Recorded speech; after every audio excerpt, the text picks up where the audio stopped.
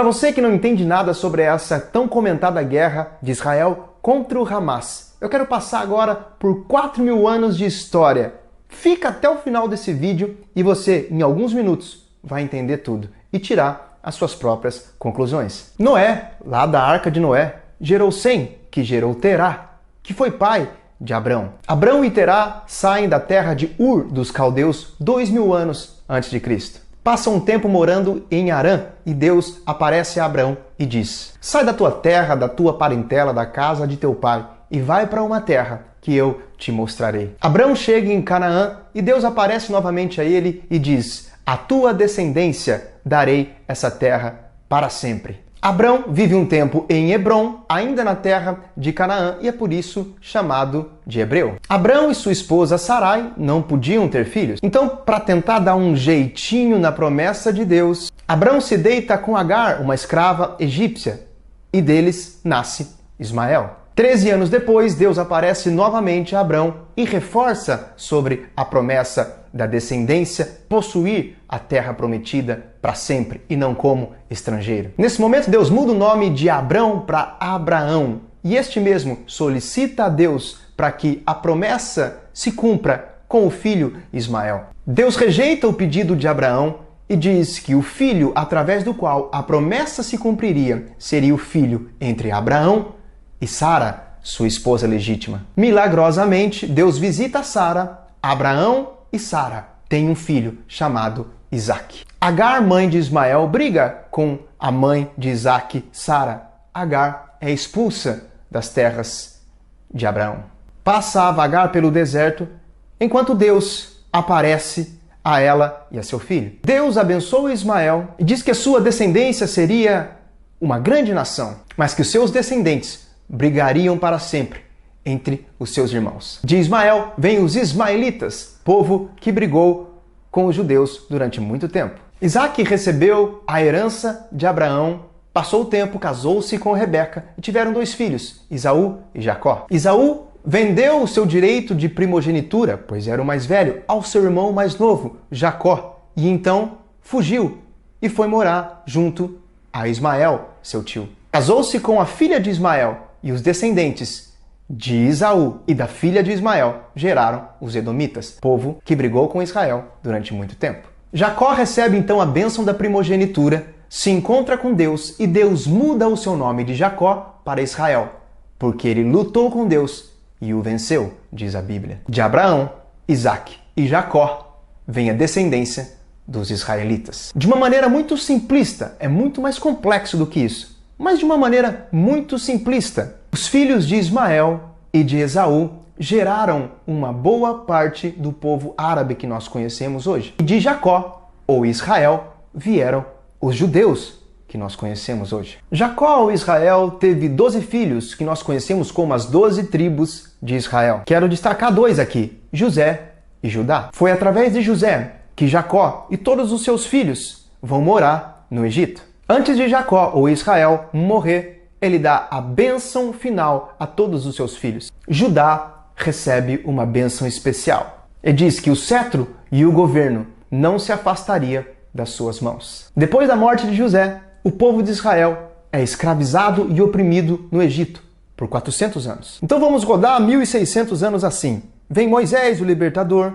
o povo vaga pelo deserto, é instituída a lei e os mandamentos. Josué e Calebe entram com o povo na terra prometida, Canaã, ou seja, voltaram para lá. Ficam na terra prometida por vários anos. Acontece o período dos juízes e dos reis, governantes do povo de Israel. Davi se torna rei de Israel e estabelece Jerusalém como sua capital. Salomão constrói o templo em Jerusalém. O reino de Israel se divide em 2, Israel ao norte e Judá ao sul. O reino de Israel é conquistado pelos assírios e muitos israelitas são exilados. O reino de Judá é conquistado pelos babilônios e muitos judeus são exilados. O segundo templo é construído em Jerusalém após o retorno dos exilados judeus, ou seja, da tribo de Judá, da Babilônia. Perceba que tanto as tribos do norte de Israel foram exilados, quanto as tribos do sul de Judá. Mas na sua grande maioria, somente a tribo de Judá volta do exílio babilônico. E a partir desse momento, os israelitas são também chamados de judeus. Durante o período do Segundo Templo, os judeus foram governados pelos persas, gregos e romanos, até que nasce Jesus Cristo, em Belém,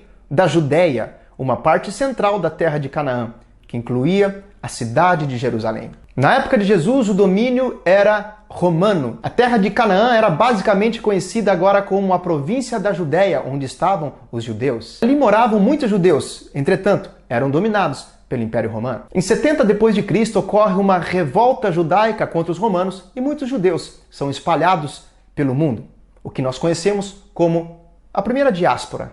O Templo de Salomão também é destruído nesse mesmo ano, assim como Jesus havia profetizado em Mateus 24, versos 1 e 2. Em 136 d.C., uma outra revolta liderada por Bar Coqueba. Bar Coqueba convocou milhares de judeus contra o Império Romano. Naquele momento, Roma estava tentando fazer com que Jerusalém se tornasse uma cidade helenística, ou seja, criar um altar para um deus pagão, Júpiter Capitolino. Obviamente, Bar Coqueba e os judeus perdem essa guerra e são mais uma vez espalhados pelo mundo. O imperador Adriano muda o nome da província da Judéia para Síria Palestina, a Palestina que nós conhecemos hoje. E o nome da cidade de Jerusalém é mudado para Aélia Capitolina. Depois de alguns anos, nós temos o domínio bizantino, um domínio cristão. O evangelho de Jesus se espalhou pela Europa, pelo Oriente Médio. O Pentecostes funcionou. É construída a Igreja do Santo Sepulcro e o cristianismo se torna a religião oficial do Império Bizantino, do Império Romano, do Oriente. Um pouco mais de tempo e nós temos o domínio islâmico. O Islã surge com Maomé e depois da sua morte ganha muita força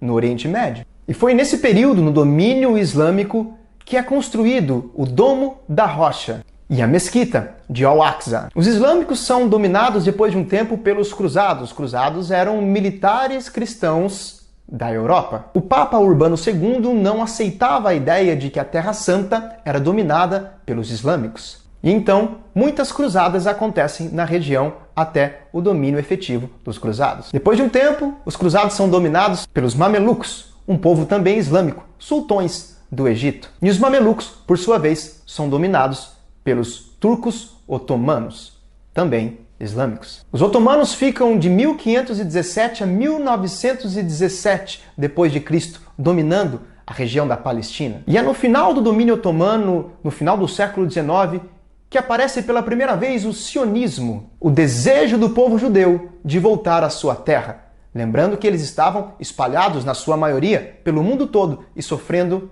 grandes perseguições. A luta pelo antissemitismo judeu ganha muita força com Theodor Herzl, através da publicação do livro O Estado Judeu, em 1886. Em 1887, nasce a OSM, a Organização Sionista Mundial. Após a Primeira Guerra Mundial, os otomanos se enfraquecem por perderem a guerra. Os britânicos tomam posse da Palestina. Nós temos a Declaração de Balfour em 1917. Um ministro das Relações Exteriores dos britânicos, essa declaração dizia que o Reino Unido estava comprometido a criar um Estado judeu. De imediato, nasceram as oposições dos países árabes. O aumento da perseguição aos judeus se intensificou a partir de 1930, até culminar no maior genocídio que a humanidade já viu, com Hitler assassinando aproximadamente 6 milhões de judeus durante a Segunda Guerra Mundial. Evento que nós conhecemos como o Holocausto. Ao fim da Segunda Guerra, Hitler, a Alemanha,